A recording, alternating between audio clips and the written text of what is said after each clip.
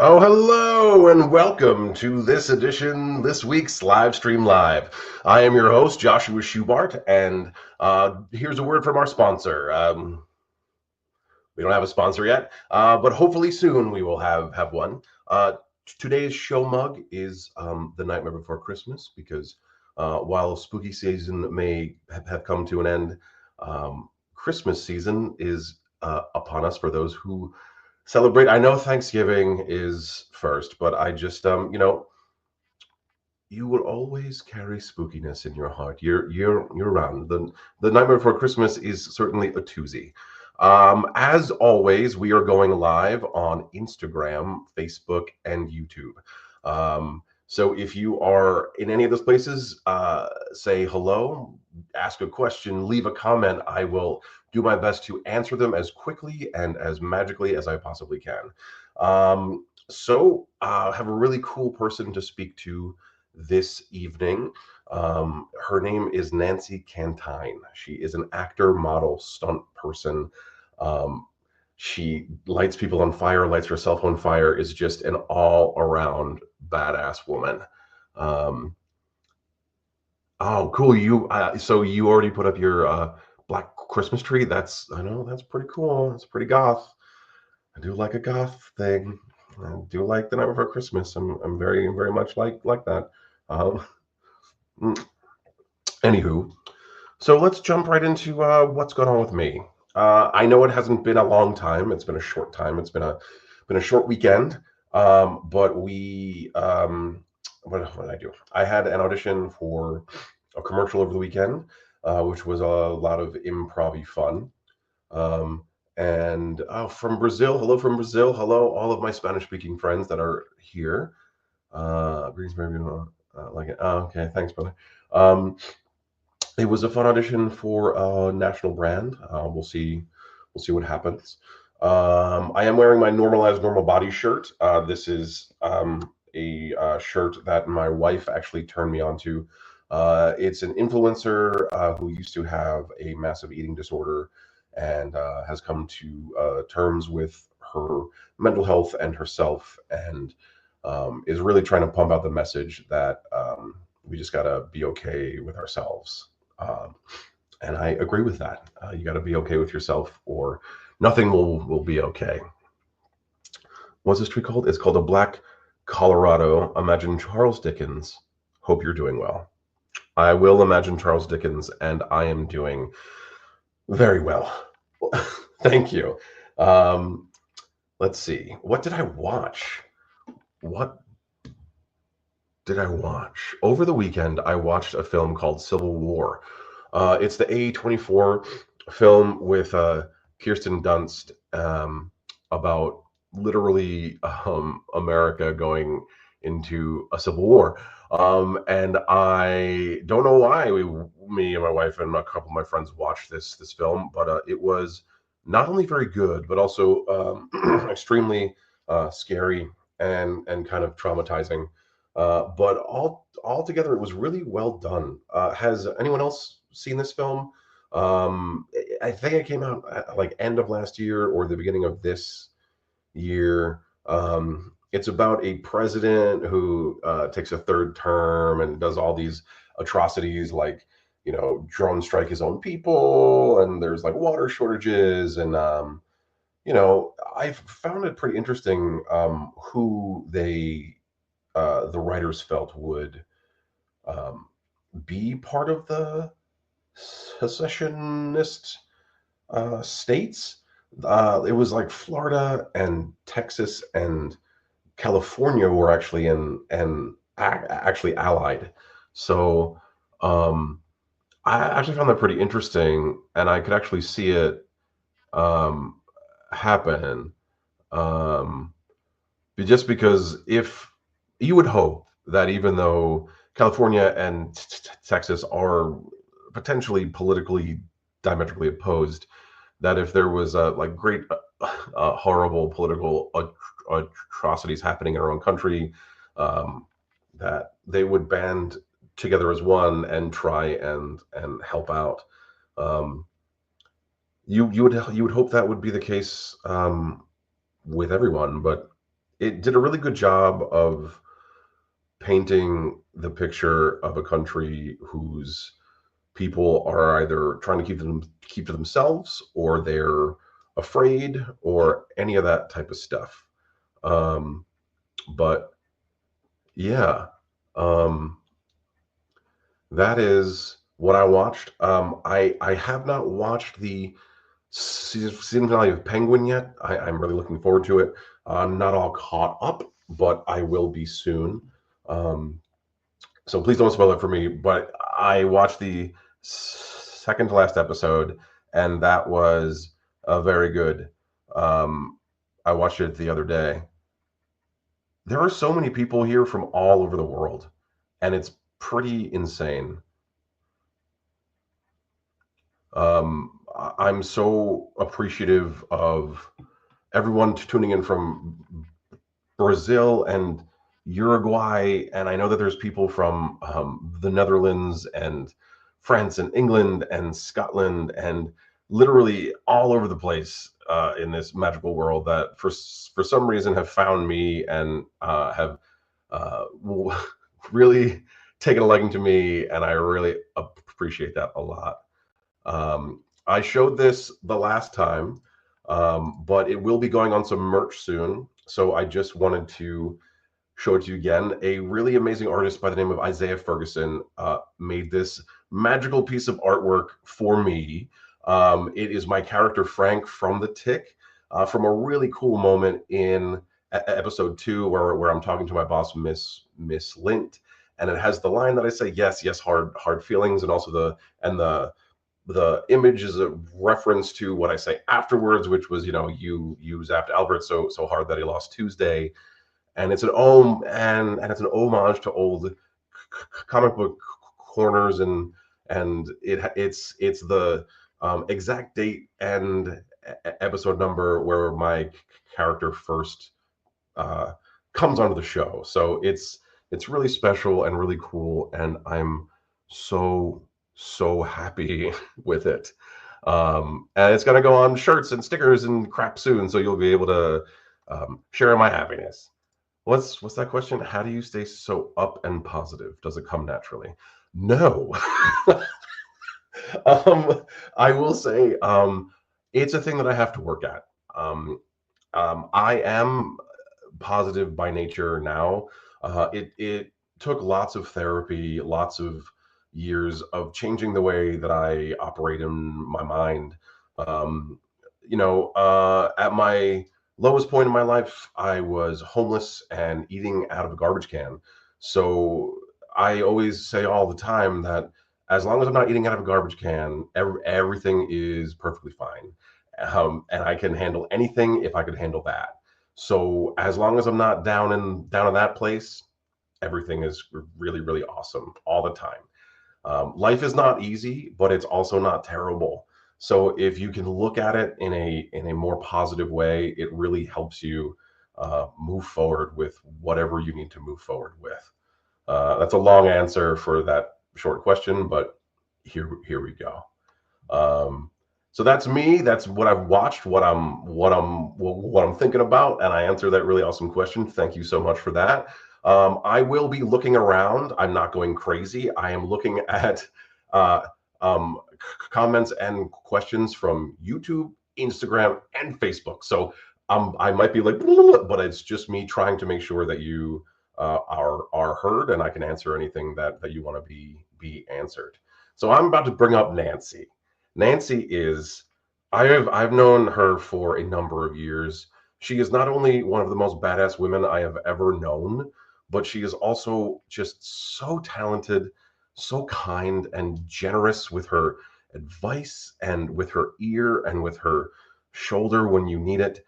She's a great friend and just an even better person. And we're gonna watch her reel first. She lights herself and people on fire. It's wild. And here we go. Where are you? I know you're there. I can hear you breathing. You can't hide from me. I'm going to kill you. You want me to kill you?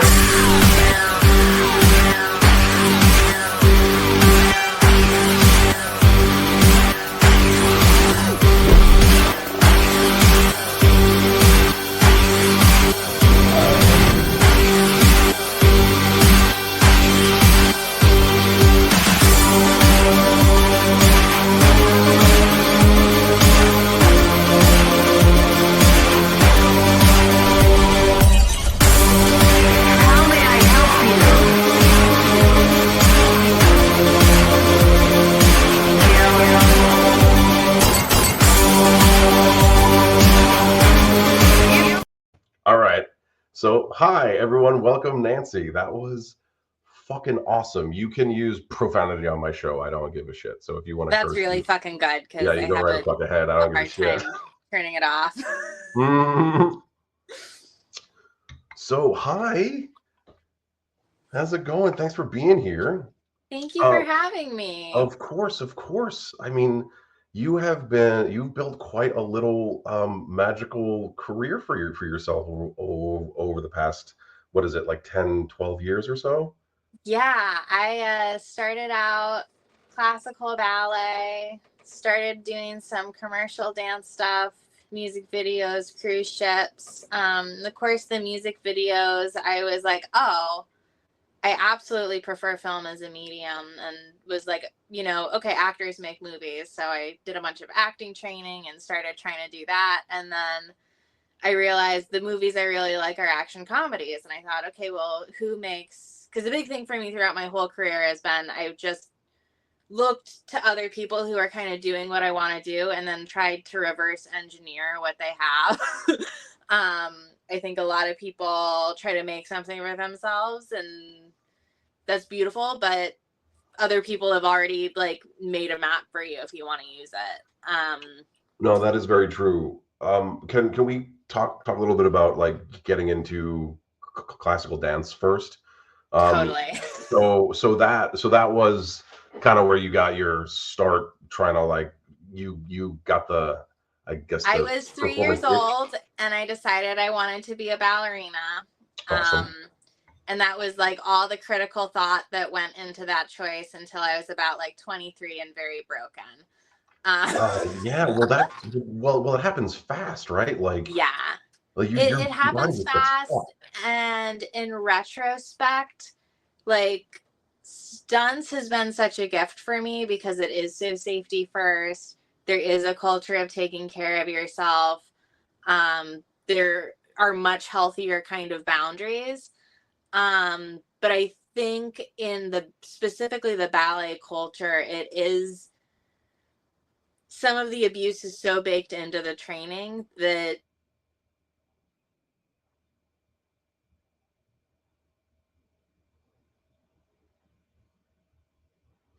not something, it's not a industry I miss, but I am so grateful to it for making me strong and flexible and adaptable and able to take a note the first time and Sure. understand what it takes to put on a live show. Um, but yeah, people are like, "Oh, how'd you get into that?" I was 3 and I wanted a tutu, and God damn it, I did it.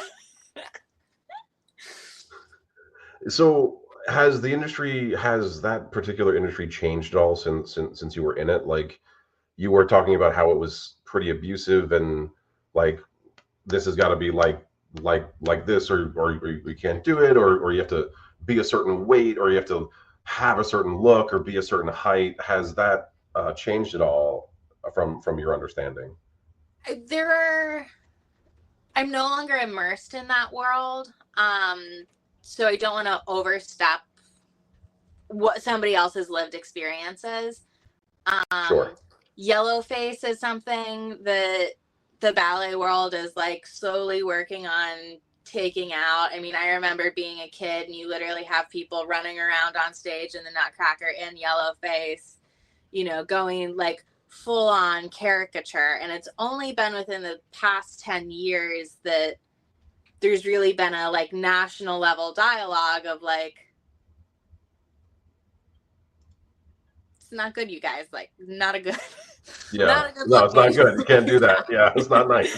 And I think some of that, like the fact that that's so recent, does point to the power dynamics between a choreographer and an artistic director and a not-for-profit company with, a bunch of 20, 30-year-olds who are told that they're lucky to be there and on poverty wages. And, it's like the another, good boundary that broke down maybe is Rockettes removed their height requirement. So Okay. now they have smaller and taller ladies in their kick line. And one of the girls I went to high school with, Shelby Finney, is now a Rockette and living that dream and loving that life.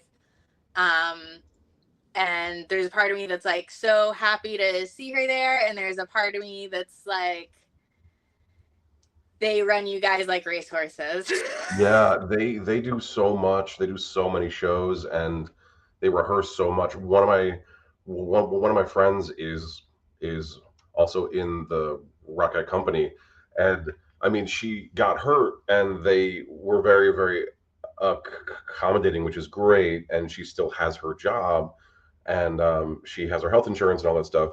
And I don't know if that would have been a thing 5, 10 years ago. So maybe that has changed. Maybe that I has think changed for the they've better. been AGMA for a long time. Yes. I think that house has been AGMA for a long time.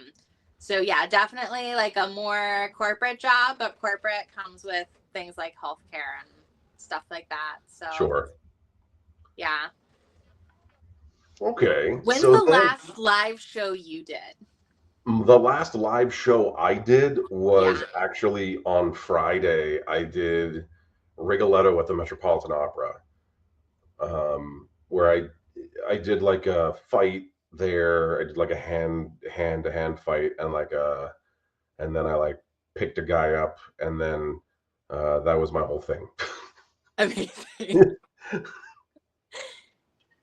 Yeah, that was my last live show. I work at the Opera House pretty frequently doing their stage combat stuff. So Awesome. it's fun. Yeah, I mean, I never got into stunts. I can do all the stunts that I'm allowed to do as an actor, and I usually try to push it harder than I'm supposed to. But yeah, like you, you do all the things that fucking scare the shit out of me, Nancy. Like, like that part in your reel where you get like shot in the face with like a fire cannon. That is wild. Yeah. Yeah, that's one clip that has gotten me a lot of street credit, even with stunt people. I mean, That is so pretty extreme. so with fire, so it's it's got to be incredibly difficult just to do it, like just because of the heat. Like, can you walk us through like how you stay protected and how you don't have, like, you look very not burned, so how do you Yeah, keep still yourself cute. not burned? Yeah, you Still still cute. got all your skin and hair, and you look all right. So Yeah, I would say, and like the fear is always having information taken out of context and then somebody going and hurting themselves. So to kind of like take 10 steps back and start, okay, a safe legal burn. Um, okay, the production is going to file permits with the city or state and get approval from a fire marshal. Fire marshal might say, no, you can't do it. Fire marshal might say, okay, you can do it as long as winds are below 25 miles an hour. Fire marshal might say, you can do it, but you need to have 2 water trucks on standby. Fire marshal might say, you can do it, but you need to have 2 water trucks and an ambulance on standby. And every city, county permitting is going to be different. So that's all before it's even touched kind of the stunt department. A stunt coordinator is either going to act as a burn rigger or they're going to hire out another burn rigger. There's going to be 2 to 3 safeties, and then the person or people on fire, you're what's a either burn there rigger? as like bad guy number 4, or you're doubling someone. A bunch of the big burns and bigger stunts I've gotten, it's been because I'm doubling an actor. What's a burn rigger? The term rigger. Yeah, what is a burn rigger? So that's the person who's bringing in their kit, bringing in their materials, overseeing, putting the fuel on the performer. They're kind of taking like creative credit and responsibility for that stunt performer being on fire. So it's Okay, a off-camera position within the stunt department, if that makes sense. it does. Yeah, yeah. Okay, so they're like coordinator of this specific of that niche thing. thing. Okay. Yeah. And some like coordinators are fire people and will do it. Some people will bring in a whole separate specialist to run that little niche thing.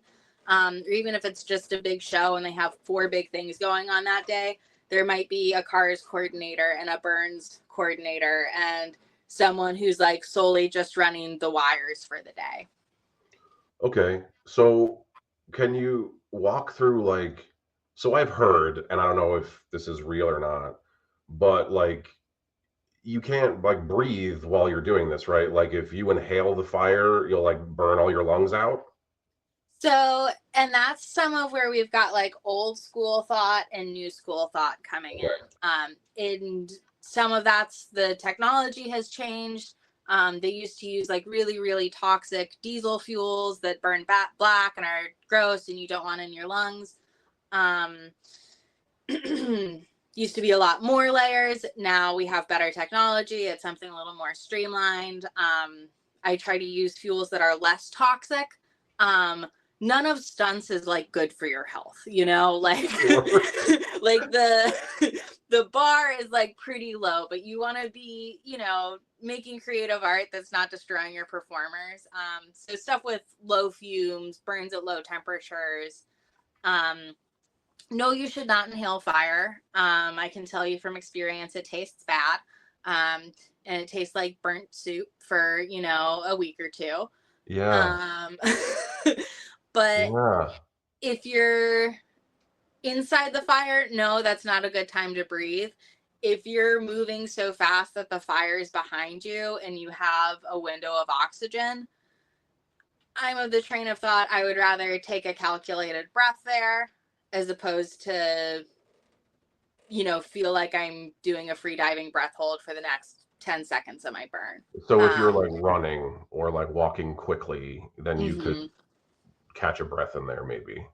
Yeah, because when you think about like the shape of fire and the dance of fire, it like an ignition will happen really fast, but when you are on fire, um, and being able to move is part of what lets you disperse that heat and keep it off you to make you be able to safely perform the burn longer. Whereas if it's the story says it's a stationary burn, okay, we know it's going to be a shorter burn. That performer is going to cook a little faster. We're going to call in safety sooner. Yeah, so I've never ever thought about like the shape of fire or any of the stuff that you just said.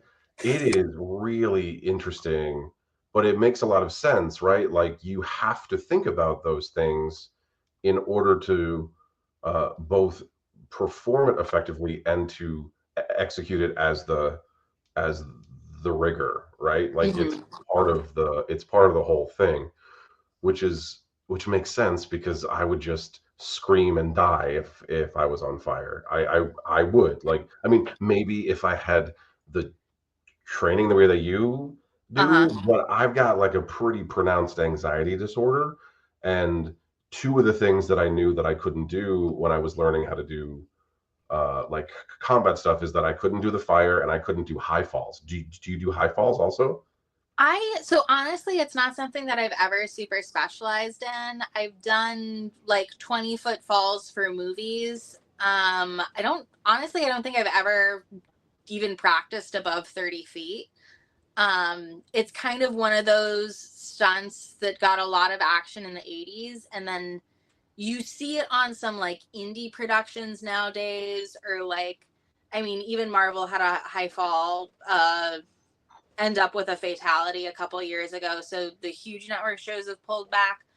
But high falls specifically fall in a funny thing in stunts because a lot of times you're getting hired for something an actor cannot do, an actor will not do, or an actor cannot be insured to do.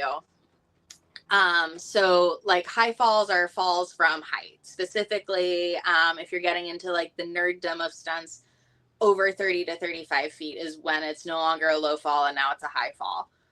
I Um, mean, 30 it's feet is pretty 20 high. feet is a big fall. Yeah, that's a big fall. Like you could really hurt yourself. Isn't that like the roof of a house or something? Isn't that like 30 feet? Yeah. Yeah. People have Yeah. I've watched people parties in high school, jump off of houses, and break their legs when they miss the pool. So, Correct. yeah. Yes. Yeah, and 30 feet is kind of where you stop going into boxes and it starts being more like, okay, you're going to be hitting an airbag.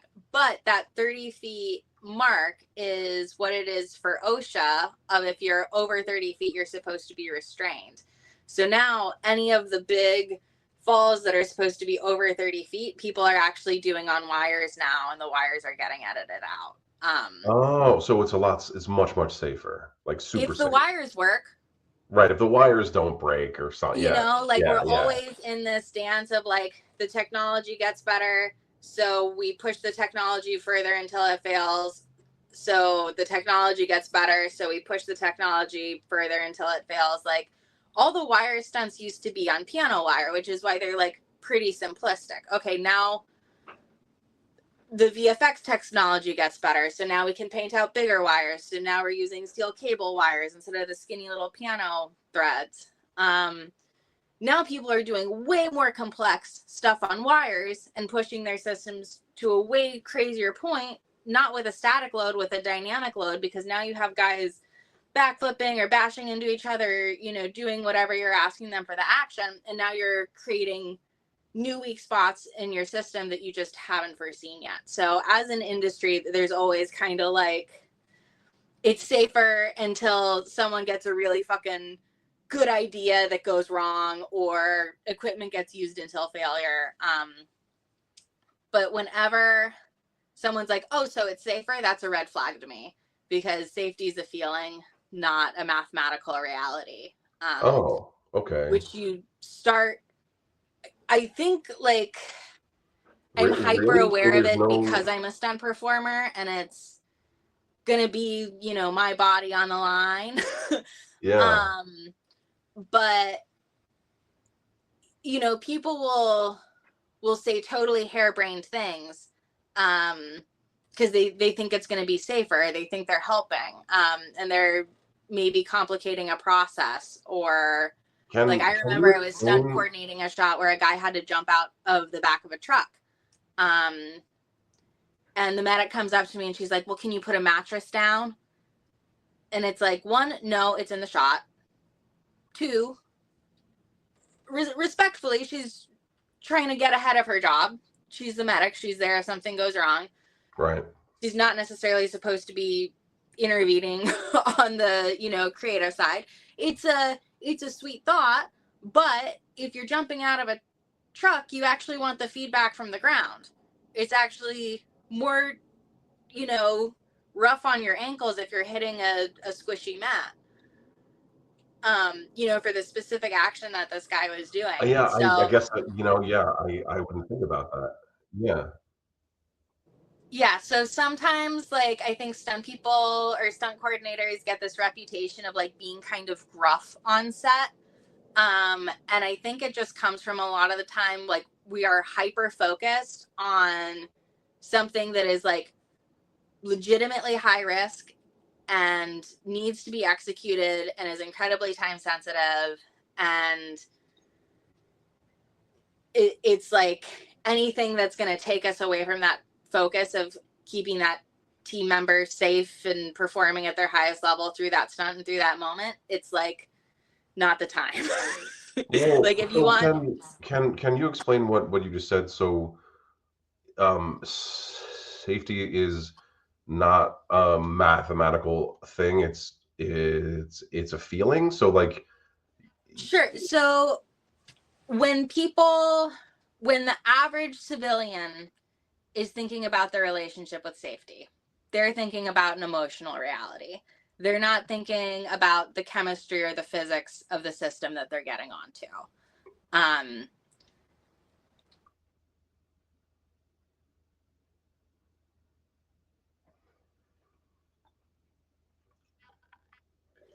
and they're playing this terror and they're playing this adrenaline, whereas the person is safe. okay, The reality of the situation should be the person is safe. Now let's say, okay, so for the sake of, you know, the safety conversation, We need to have a guy suspended on a wire. System is fine. It's rated for the weight. It's rated, 10 times what it's supposed to be doing. We take the guy up. We have him suspended. He starts to panic. Is he now more or less safe? Less, I guess less, yeah. He's now less safe because of his actual emotional reaction as opposed to the system he's living in. Sure.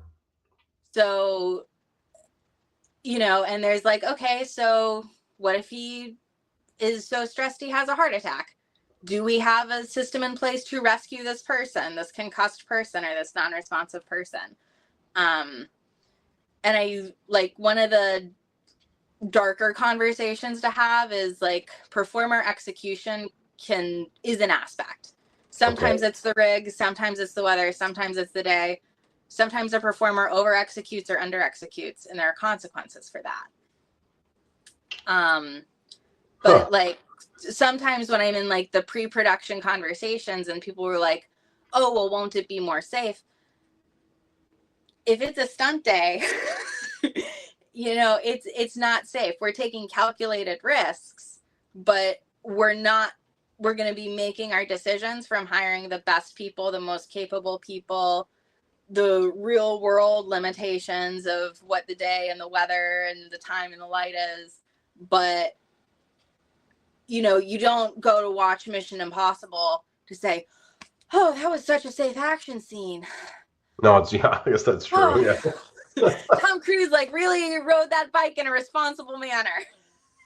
No, no, yeah, I totally get that. I totally get that. It's just this is stuff that people don't ever think about, right? Like you hear about people getting hurt or like even getting killed, and you're like, how'd that happen? Isn't this supposed to be safe? Like I thought these people were trained, and I thought they had these protections in place and all that stuff. But that makes a lot of sense, like way more sense than whatever I had in my brain. And I've worked with members of the stunt community a lot, and I've watched them execute some wild stuff. Like when I was on the tick, there were guys that were standing right next to an exploding car. Like it blew up and they were 2 inches from it, and they threw themselves away, and I'm sure the explosion helped also push them away. um, and I was there too, but I was at the other end of this like line of SUVs, and it felt like I was going to fucking die because of the heat wave that came off the explosion. I didn't have to do any acting, and I was so far away from any danger. And these two incredible dudes literally got blown up, and they were fine. Mm-hmm. It's crazy to me. It's fucking crazy, Nancy, what you all do. It is fucking mind blowing. It really Yeah, is. I would say something I think you would relate to a lot because you do the fighting at the opera Yeah. is like, I don't know if you ever get like a greener guy in there and he starts like he's doing the choreography of the fight and he's done it in a safe manner before, but now his actor emotions or his adrenaline is firing and he's coming in like way too hard with hits or like amping up tempo. And it's not that the fight choreography was ever unsafe, it's that the performer in it is kind of like the racehorse that doesn't quite know that he's like bucking. That Um, happens all the time, but it actually happens with the opera singers, because the opera singers don't usually fight, right? And then when they do, they're fighting us. So we're around them to make sure that they don't go off the rails or like something bad happens, right? But it's usually in a sword fight. And the first couple of times, or if it's being broadcast in HD, they can go um like fucking fast and crazy, like exactly like you're talking about. And it can get kind of hairy and it can get kind of scary. and there are specifically men that I work with that are opera singers, that if we have a like altercation where we have to like manhandle each other or like bump into each other, or I have to like hold a person back, they think it's fun because of how big and muscular I am to like actually do it. They like actually want to fight me, because they're like, you can do it, you can handle it, you can do it. You're big and strong. And I'm like, yes, it's true, I can. But when we do this over and over again, you're gonna like break my knee, like, and that's just not gonna be a thing that's gonna be great for me. So I totally understand. How is that for you in the power dynamics of opera? Because I imagine it's like the diva, and the diva is like, here's how today's gonna go, and you're like, my name's not on the awning. Yeah, I mean, we do a pretty good job of like being like, especially when it's a fight or it's a bit of violence or they're being picked up or something, we all do a really good job of like, we're all the same in this moment. We're all trying to be safe. We're supporting you so that you can get the correct amount of air into all of your chambers so that you can sing, and you are going to support us by not hurting us. And like, that's, and most of the time it works. It's never a diva.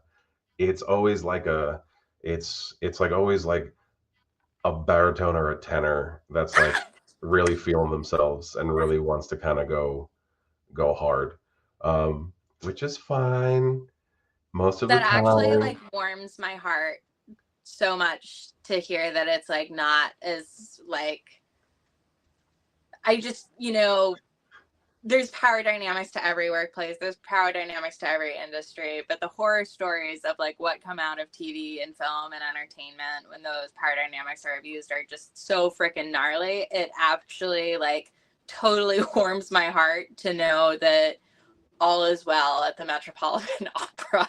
I mean, all is wellish now. It like wasn't always right. Like, they've had their fair share of scandal and power dynamic issues, but it certainly is never. I've never seen it more pronounced than in TV and film, and even like the power dynamics that I have when I'm on the call sheet as a performer, where I hate them, but like for example, like PAs holding umbrellas over my head when we're walking around outside because I can't get tan or I can't get burnt or whatever. Like, I can hold my own umbrella and I want to, but if I don't let them do it, they'll lose their job, right? And that's a power dynamic that I hate because I don't want some fucking human to hold my umbrella. I can hold my own umbrella. Yeah. That's interesting. Yeah, I didn't even think of that because I feel like, and I noticed such a difference when I am like in a stunt actor job to when I'm like, I'd say 80-90% of my work is just fully stunts. Yeah. But the actor treatment is like kind of overwhelming a little bit sometimes. Like in stunts, you're just kind of hanging with your team, and PAs will shuffle you around a little bit. But as an actor, they are taking you door to door throughout the morning sometimes, and it's like, woo, I'm Well, being there's this wrangled. belief that actors, they have to be like super coddled or they're not going to be able to perform, or they're going to get like grouchy or shitty, and then it's going to ruin the whole day, and you're going to go over budget. And it's going to be fucked. And you know what? Sometimes that's true. There are folks that suck. They suck so bad, and they they treat people like a bag of dicks, and they get whatever they want, and it's really hard to watch and it's really hard to work with. um, it's why when I'm on set, I try as really hard to be just like me and just be like nice and kind and talk to people and um, handle my shit the best that I can. Like, I go get my own breakfast. I like do all that stuff. Like unless I absolutely can't. but Hmm. it's set up on sets that this is the power dynamic, right? Like it's like the actor or the performance talent is treated this way no matter how they ask for it, right? Like if they don't want it, that's too bad, you're gonna get it. Right? So um it's really weird, but I noticed it too because the stunt team, one day we got to location and there were no trailers for the stunt folks. And I've got like a triple wide one, and I was headed to set, and I was like, and I went to the first AD, and I was like, you can put all those guys in my trailer, like they'll all fit with tons of space. Like just they don't have any honey wagons. For those that don't know what that means, a honey wagon is a long row of rooms that people hang out in where they get dressed and eat and wait till they have to go to set. That's the normal place where stunt folks exist. Sometimes actors get really large trailers, and that's nice, but you don't spend a lot of time in it. But yeah, so anyway, they wouldn't let them use it, and I don't know why, but they were like, they no, it's yours, and I was like, all right, whatever. But um, can you talk about that at all? Uh, I mean, pretty much everything you've said logistically is correct within the union stuff. Every principal performer and a stunt contract is the same pay level as a principal actor contract. They're the same. You are supposed to have a private place to change and do all that. I don't know why the production didn't take you up on that very polite offer. But that production was not fulfilling their side of the collective bargaining agreement. That's true. For that specific day, that is true. So I think because they were on the way, they were on the way with the accommodation. Um, but that's not ever nice when you're like, don't worry, it's coming. Can you just go into this porta potty and put on your stunt double costume? That would be great. Yeah. Yeah. Oh, Yeah. question: are you a fan of Jackie Chan's work? I mean, how could I not be? Like, he's just like total icon level. I agree. He's total icon level. He's also done some of the most scary shit I've ever heard of. Totally. Because I guess the rules aren't the same over in China, but Yeah, it's like, you know, like Indonesian filmmaking, Chinese filmmaking, Bollywood filmmaking. Like, you'll see some like crazy, crazy, crazy stuff these performers do, and they're like, oh yeah, it was $50. And you're like, $50. yeah. Yeah. So, like, all of those international, like non-union films, or if they're international, they likely, just are non-union because they are. But Yeah, yeah, yeah. the, like, I whine when like the G isn't right when I'm like signing out and they didn't give me all my overtime, or sometimes I'm like, oh, they could have given me a bigger stunt adjustment. Then you hear somebody fucking did something crazy for $50 and you're like, oh, I'm grateful. I'm good. I like living in America. Well, yeah, because they like climb up like 100-foot bamboo poles and then fall through like 20 panes of glass, and their like bodies explode, and they're like, thanks for the lunch. I Well, guess yeah, I'll, at that point the glass is there to slow you down. Like, yeah, that's how that's how some people think. yeah. Did you see the Fall Guy with I did. how is so because the director is a coordinator. I don't know if you've ever worked with him or if you ever met him. I have not worked with him or met him, but he's like kind of upper echelon LA. I've trained in one of his buildings before, Oh, cool. but like not a personal friend. I have no interior gossip. No, I mean, but so how accurate is that? Is it very accurate, or is it some kind of like Hollywoodized for this film? I've never been able to make out with Emily Blunt, so I think that was very unrealistic Yeah, to my same. I've never been able to do dream. that either. If they'd like to help correct that, for verisimilitude's sake, I do volunteer as tribute. Um, Honestly, it was so sweet. And like all of the stunts are executed super high level, drove the story. Like even just some of the stickers of the different stunt associations that they have on like vehicles in the movie, like are real places and real clubs where we have events and hang out. Oh, that's cool. And it was definitely something so authentic that it couldn't have been made without interior knowledge. And I can legitimately say, one, they broke some records for stunts making that movie, which is Right, great because because the it makes it role, a right? lot They like broke the suicide roll rolls. record. Yeah. Uh-huh. And like breaking barriers like that, like one is incredible, science, math, budget, all that stuff. It's also just a really good way to like get any naysayer to shut the fuck up, I've noticed. So like you kind of like and again, I'm always about reverse engineering other people's success. I see what he's done. I see this beautiful directing career and this incredible action he's able to do, and this company he's built for himself as a producer and a director.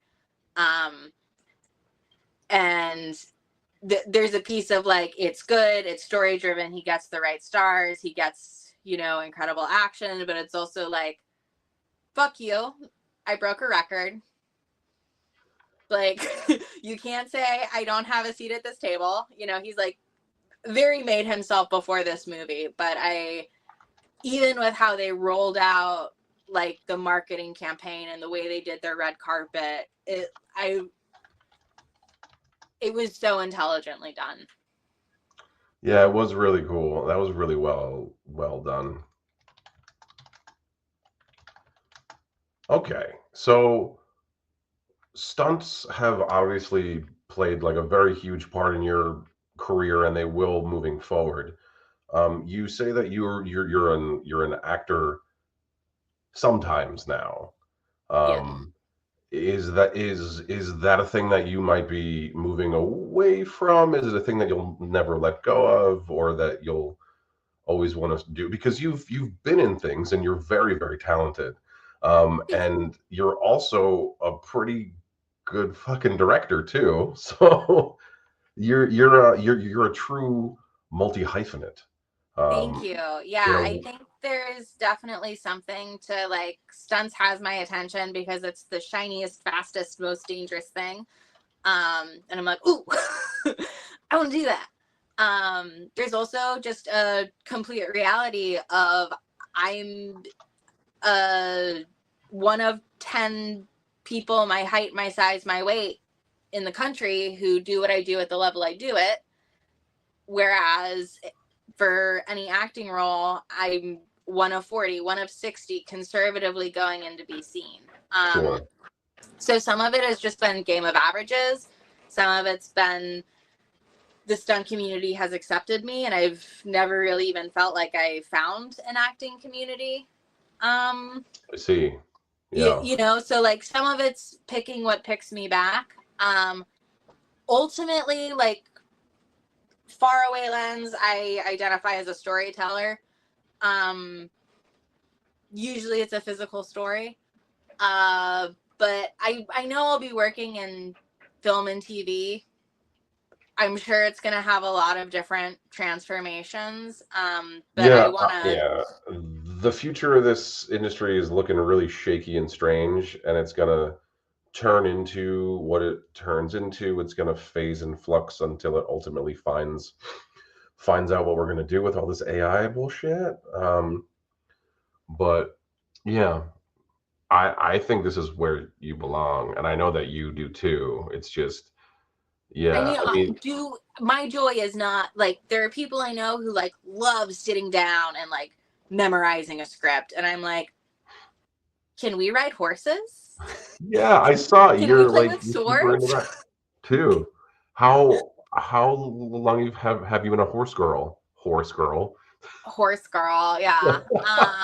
I grew up moving around quite a bit, but for a period of time we lived in Kentucky. So I was like we lived 30 minutes away from the Kentucky Horse Park. Like I was riding off track thoroughbreds, doing hunter jumper, like 20-year-old like horses who had like, retired and, were babied up. But I was just lucky that I got to ride at a really high level really young. And then ballet kind of took over. So that went away for a couple of years. And now as an adult, I've gotten back into it. And yeah, it's like they're just big puppies. Yeah, that's really cool too. So you So just do great. cool shit all the time. Just always being cool, just being the coolest person ever. Like it's so awesome. Yeah, I am endeavoring to find some hobbies that aren't expensive. Yeah. Like I feel like that's like the stunt person struggle. Like all your hobbies are for work, so you want to invest in them, but it's also like do you really need another motorcycle? Well, maybe. Maybe. Yeah. How many do you have? Do you have more than one motorcycle right now? I have 0 motorcycles right now. Oh, okay. I think like next year I'm gonna try to get like a conservative dirt bike and Is that just like a have it to practice California on. thing too? Like a bunch of my friends that moved there all have motorcycles or like some sort of motorized bike. Is it because of the traffic? Like, what is that about? I think you have a longer riding season here. I think it is legitimately something you can do 10 and a half months out of the year easily here. Hmm. So I'm sure that's an aspect. I think some of it is the gas prices. I think some of that is being able to split lanes in traffic. Um, there's definitely more of like a wholesome riding community out here. And honestly, I'd say one of the biggest differences I've noticed between the East and the West Coast is people just don't drink as much on the West Coast because they have to drive an hour home. Okay. Yeah. Yeah. Yeah, that makes sense. Well, yeah, because here you just get in a train and then you're home and you don't give a shit. So Yeah. it makes sense. My first couple of months in LA, I was like, you guys don't get plastered until you can't walk. Like, You guys don't fall sweet. down and go home falling down. Yeah. Weird. You guys don't just have like existential crises like constantly. What's that like? Crazy. What you in the sun a lot and you're happy all the time? Weird. Crazy. Something in the Um tacos. how so with things have changed a lot now that we're out of COVID. Especially in the acting world, like just like how we do auditions and things of that nature. Has that changed also for stunts? Like was it a thing where people got to know you in person before and then they hired you versus now maybe it's more through like a website? Like I know like there's like stunt listings, which is your like stunts website, right? Not mine personally, but 3 New York guys run that. And it's definitely stunt listing. If you're looking to get into stunts, it's the website to get on to be seen in North America. Um, Stunts is like so like you're brokering trust that like not only you're not going to get yourself killed, you're not going to ruin this stunt coordinator's career. Um, Sure. so it is like it's a very tough community to get into. But once you find people who like you and vibe with you and communicate with you well, it kind of grows exponentially. Pre and post COVID, I would say not much has changed. in the middle of COVID, like you would find out about work like 2 weeks before because they would want you to be testing. Now it's kind of back to normal. You find out 3 to 4 days before, unless it's a travel job, when you'll find out a couple weeks before. So it's really fast. Oh yeah. And like best case scenario, like a stunt coordinator knows it's going to be a stunt because it's always planned to be a stunt. They've always planned to bring in a double. Sometimes halfway through a project, something will have gone wrong, and now they hire a stunt coordinator, and now a stunt coordinator is bringing in doubles. Sometimes one stunt coordinator starts a project and gets fired, and everybody who is working for him no longer has a job, and a second stunt coordinator comes in, and now he's bringing in his team. So even like when you do have the job and you aren't coming in, there's a lot of like situational awareness that you don't know because you haven't been there yet, unless people are telling you, or you're looped in with gossip, or you've, able to read between the lines.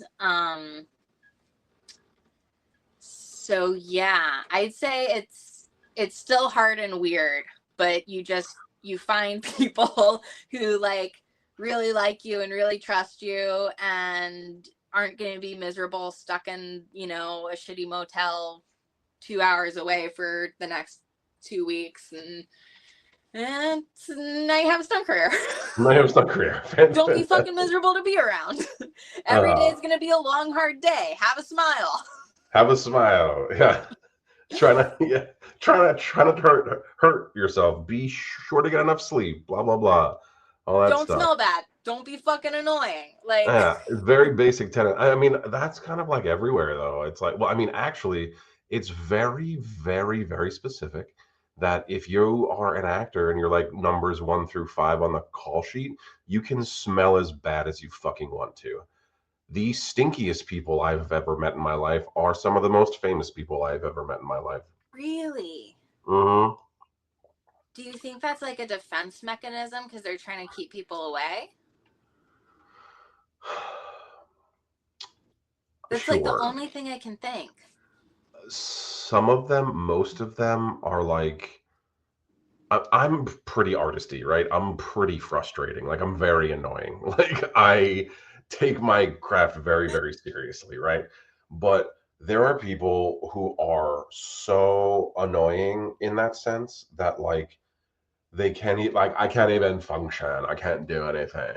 I'm just working on my craft, and I have to. I don't even time to eat or wash my feet or wipe my ass after I shit because I'm just so in it. And it's like, I get it, and I can respect that to a point.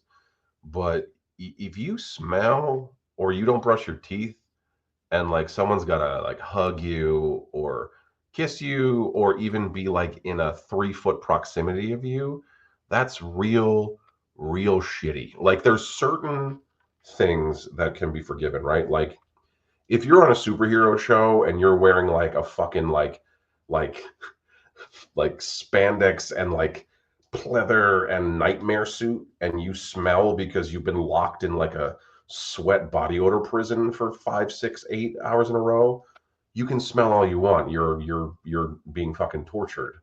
But like, if you're wearing like a t-shirt and jeans and you smell like the inside of a baby's diaper, go fuck yourself. I don't know. I don't know what else to say. Yeah, I also like, especially like if you have an acting job, you are going to be in a hair and makeup chair. So regardless of if all your scenes are alone, like there's at least 2 or 3 professionals who like have to be up in your grill. Yeah. Also, like, I missed a bunch of questions. What if like the deep method acting, like what if your character wiped their ass? Like, then I guess you got to wipe your ass more.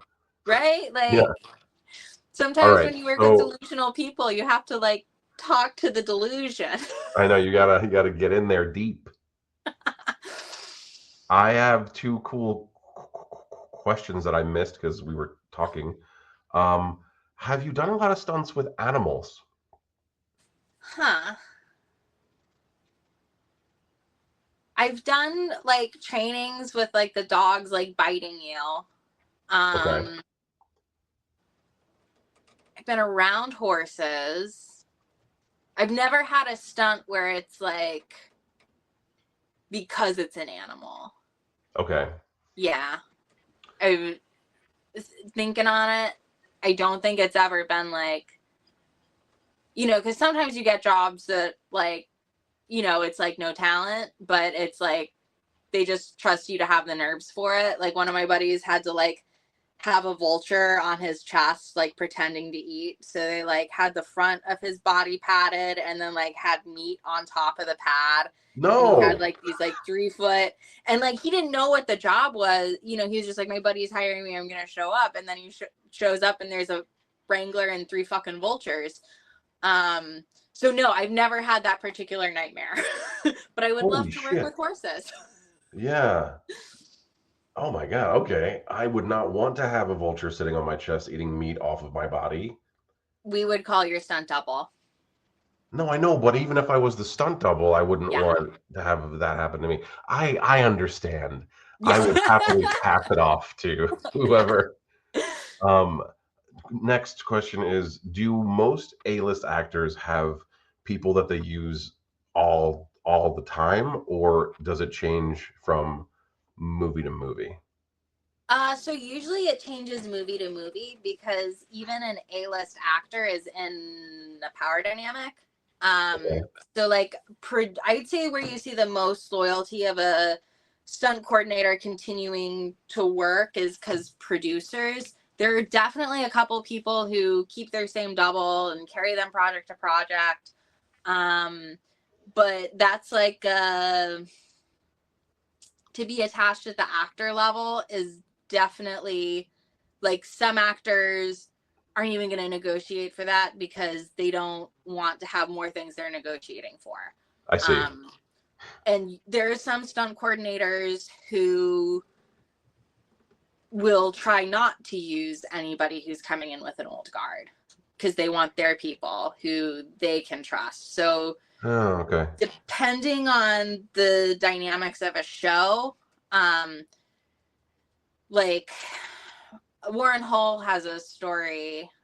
He's one of the guys who runs stunt listing and is also a stunt performer. But his actor came up to him and he was like, I'm so glad it's you. Can't it just be you every time? And Warren was like, I can't ask for that. You can ask for that. Every production you're on, you can ask for that. But I work for the stunt coordinator on this show. Oh, I And see.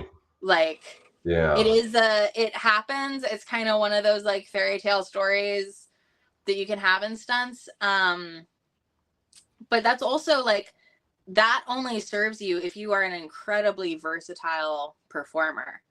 Because if they fly you out to Timbuktu and you can do 4 out of 5 of the stunts that they need, but now they have to call in another scuba dive double to do the 5th stunt. Why did they have to fly you out in the first place? Oh, sure. Yeah. So like it's a good thing, but when you're in a position where people are that invested in you better be worth the money. You better perform when there's you might be on a project for 3 months. There's 4 days that you better earn your keep. Sure. Yeah. Yeah, that's true. I have a question, and it's very personal to me. So I'm going to ask it because it's my show. So I've You been get to do told that. um, that the reason that people get excited that I can do a lot of my own violence is because I'm hard to find a stunt double for. And I don't know if that's true or if that is just them looking to not pay a stunt double. um I'd say a little bit of both. There are definitely people your size in stunts. Of course. If Yeah. you go on Stunt Listing, which was the site I mentioned earlier, you can actually search by market, by region, by height, by weight. There are 2 guys off the top of my. How tall are you? You're 6 foot. I'm 6 foot 2 inches. 6'2". Yeah. Okay. Yeah, there's two guys who I would think of off the top of my head to W height and weight, and one guy who I would think of to W just like on body shape if it were a driving scene or something like that. There's also like a lot of the people who are gunning as stunt performers are like, I do parkour, I'm a surfer, and a lot of the people who are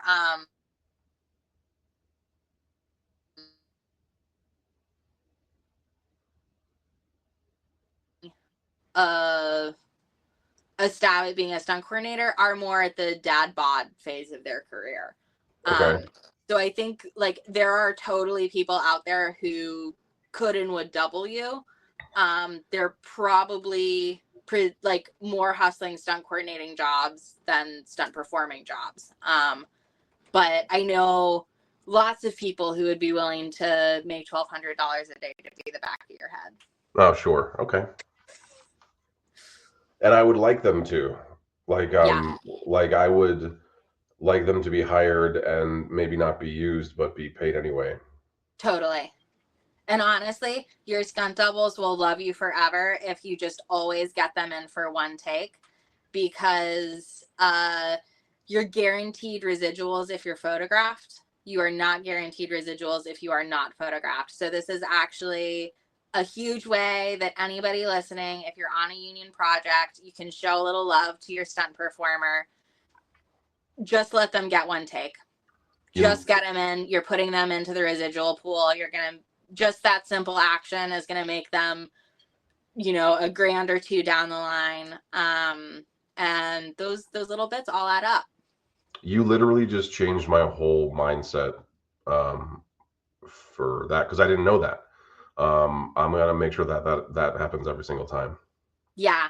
Even if you just have them squaring up a shot, running down an alleyway, like usually if people are there, people are going to want to use them because they paid for them. So why not? But sometimes it'll, like, I've had coordinators be like, okay, like, just, I'm going to put you in for the rehearsal. Go hard. I just want to be able to say that you got on camera.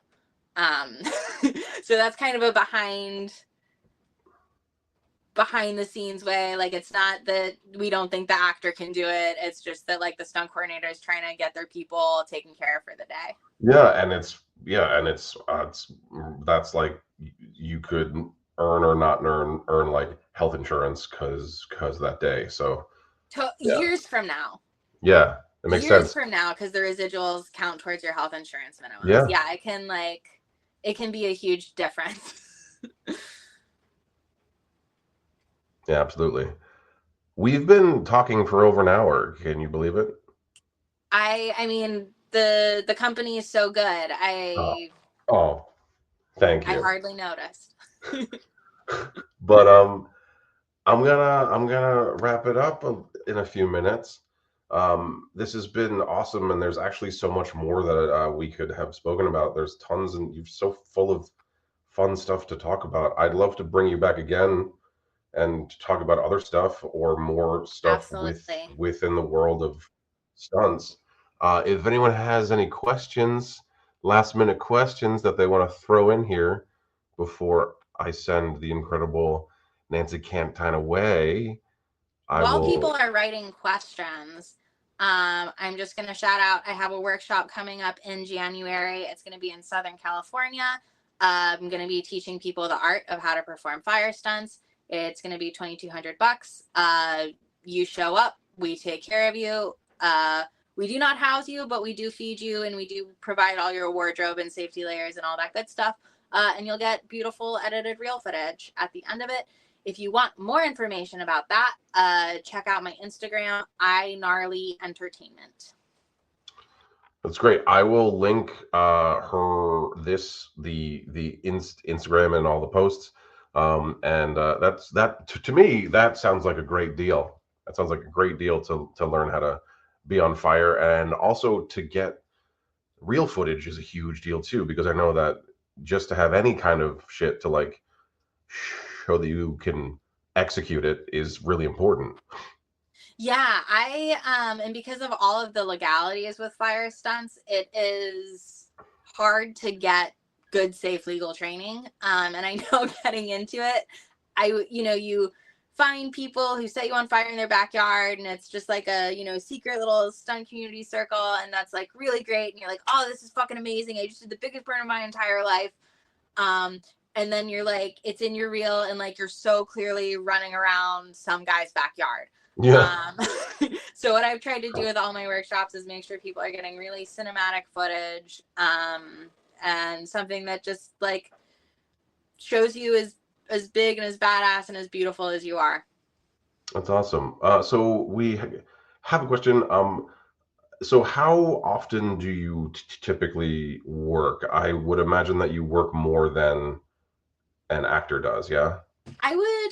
Yeah, I'd say like actors, 20 years into their career will typically have like maybe 20, 30 credits. Stunt performers 20 years into their careers will typically have like 1 to 2 to 250 credits. Some of that is the nature of the beast, where a lot of times day playing a day at a time just for the day of the fight or just the day of the fall. Um,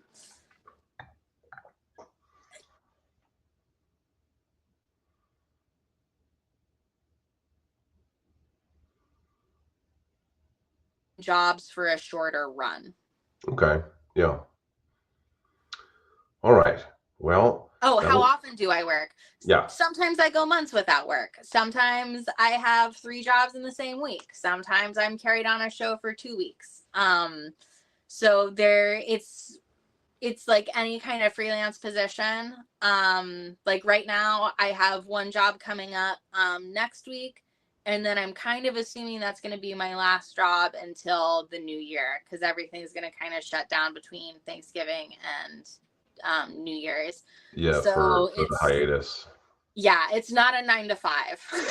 No, it's not a nine to five industry, and I think that's the thing that people don't really understand is that you're trying to put a bunch of jobs together throughout the year to make your total money for the year so that you can keep going and you can keep moving and just keep like it's not like we're in poverty, but it's like you're trying your ass off to put everything together so that you can have a nice life and also like do all this that you love. So it is really cool, but it can also be really hard and really mentally taxing, right? Like, I getting to a place and building a life and building a financial safety net and having good financial practices and prioritizing which trainings I'm going to pay for and which stunt services are worth the investment and which one should I just pay for because the guy who runs it is a guy who runs a show.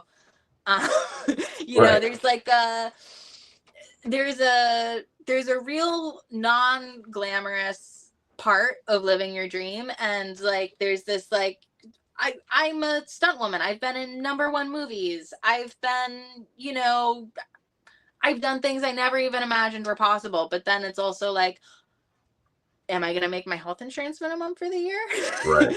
You can have these highs and reality can be blistering. And I think part of just staying in the industry is conditioning yourself for that and saving and investing. Yeah, that is absolutely true. Well, cool. And Nancy, thank you so much for being here. Don't leave when you're not on the screen anymore. I Okay. want to, yeah. And then, thank you. And I will talk to you soon. Goodbye. All right. That was Nancy Cantine. I hope you enjoyed that as much as I did. She is just so awesome and super talented and a true multi hyphenate. Um, Thank you for watching and for being here and for asking all of your amazing questions. If you're watching on YouTube, please like and subscribe. If you're watching on Facebook, I guess just keep being on Facebook. And if you're on Instagram, I do have a subscription where you can see behind the scenes things. I release TV shows and sketches and films and things of that nature. all for the price of one pumpkin spice latte a month. Um, until next week, this has been the live stream live. Thank you for watching, and I will talk to you soon. Goodbye.